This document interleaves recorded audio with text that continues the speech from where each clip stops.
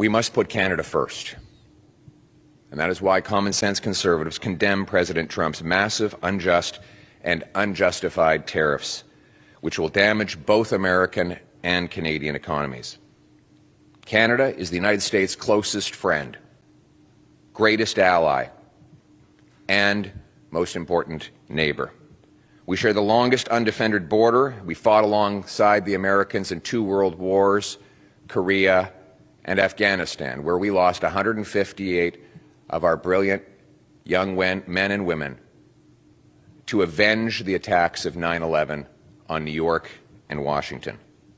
There is no justification whatsoever for these tariffs or this treatment.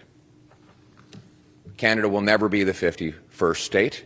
We are an independent, proud, and strong nation. I'd like to speak first to our American friends. You are our friends. You are our neighbors. We share the longest undefended border in the history of the world. You buy our products, and we buy yours. You have a trade surplus with us when energy is excluded.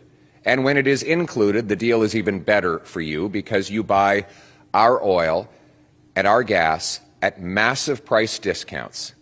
Not because we're nice Canadians, but because here at home we've made really dumb decisions to prevent us from exporting our energy to any other countries.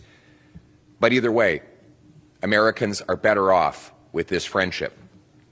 We share a continent, we share the same risks and the same potential enemies from around the world. Those kinds of enemies can metastasize into real dangers and actual attacks, as you saw suddenly and unexpectedly on 9/11. It's good to have friends when those sorts of things happen. And let me ask my American friends this question. Even if you believe in tariffs, how is it possible to put a 25% tariff on Canada and only a 10% tariff on China? In what strategic mindset does that make sense? If it's to do with fentanyl, the fentanyl's coming from China. It's killing our people too. We both have to do more to stop it, but we can do more when we do it together. Now, here at home, my message to the Liberal government: put aside partisan interests and recall Parliament. It is insane that in this great crisis, Parliament is shut down to deal with a crisis and a power struggle within the Liberal Party. Let's put aside partisan, political interests and recall Parliament to pass into place a common sense Canada First plan. And here's that plan. 1, we must retaliate dollar for dollar, carefully aiming those tariffs at maximizing the impact on American companies while minimizing the impact on Canadian. We must maximize the impact on American companies while minimizing the impact on Canadian consumers and businesses. That means targeting U.S. products that A, we can do without, B, we can buy elsewhere, or C, best of all, that we can make here at home. A best example of that would be steel and aluminum.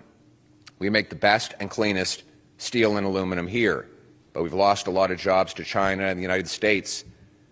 We should put tariffs on American steel and aluminum so that we can bring home that production to this country.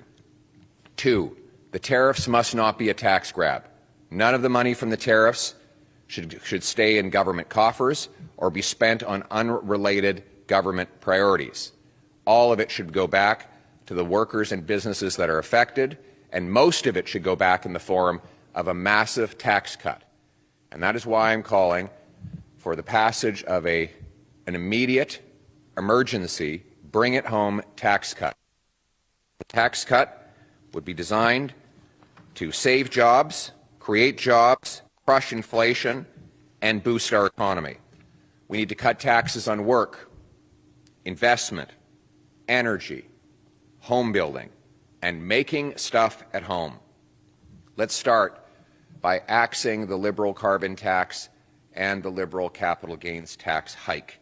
They should be the first on the chopping block. 4, we must immediately scrap the Liberal anti-energy law C-69 and greenlight job-creating projects now. That includes LNG plants, pipelines, mines, factories, port expansions, so that we can get our products to overseas markets without going through and profiting the United States. It was insane for us to block our industries before this crisis. It is a fatal mistake now. No longer can we tolerate special interests, politicians, and worst of all, corporate lobbyists who profit by shutting down industries, blocking resources in Canada while profiting off them in Brazil, the Middle East, China, and elsewhere. We must bring home production and self-reliance to our country. Which brings me to 5. We need to knock down interprovincial trade barriers to have truly free trade across our country. We are in this state because we sell twice as much to the Americans as we sell to ourselves. These interprovincial barriers are destructive, they kill jobs, they drive up consumer prices, and they cost the average family $6,000 a year. Let's knock them down, and let's be a truly free trading economy ourselves. 6, we must rebuild our military and take back control of our borders to regain the confidence of our partners, assert our sovereignty, protect our people, and put Canada first. Tonight, I am announcing Canada will be responding to the U.S. trade action with 25% tariffs against $155 billion worth of American goods.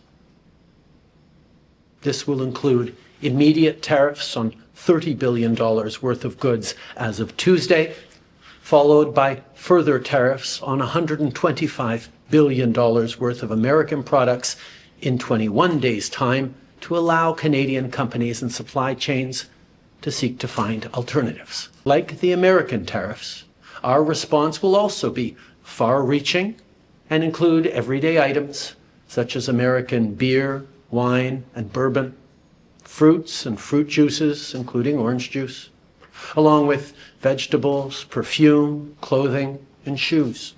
It'll include major consumer products like household appliances, furniture, and sports equipment, and materials like lumber and plastics, along with much, much more. And as part of our response, we are considering, with the provinces and territories, several non-tariff measures, including some relating to critical minerals, energy, procurement, and other partnerships. We will stand strong for Canada.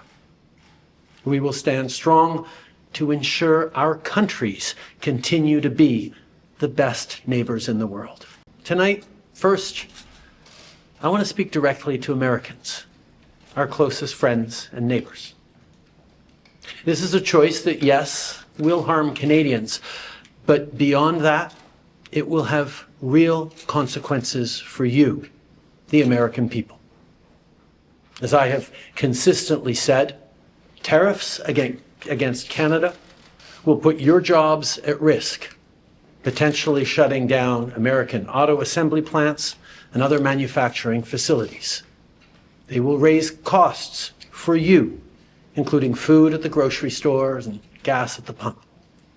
They will impede your access to an affordable supply of vital goods crucial for U.S. security, such as nickel, potash, uranium, steel, and aluminum. They will violate the free trade agreement that the President and I, along with our Mexican partner, negotiated and signed a few years ago. Together, we've built the most successful economic, military, and security partnership the world has ever seen. A relationship that has been the envy of the world. Yes, we've had our differences in the past, but we've always found a way to get past them. As I've said before, if President Trump wants to usher in a new golden age for the United States, the better path is to partner with Canada, not to punish us. We launched a $1.3 billion border plan that is already showing results. because we too are devastated by the scourge that is fentanyl, a drug that has torn apart communities and caused so much pain and torment for countless families across Canada, just like in the United States. A drug that we too want to see wiped from the face of this earth. A drug whose traffickers must be punished. As neighbors, we must work collaboratively to fix this. Unfortunately, the actions taken today by the White House split us apart instead of bringing us together.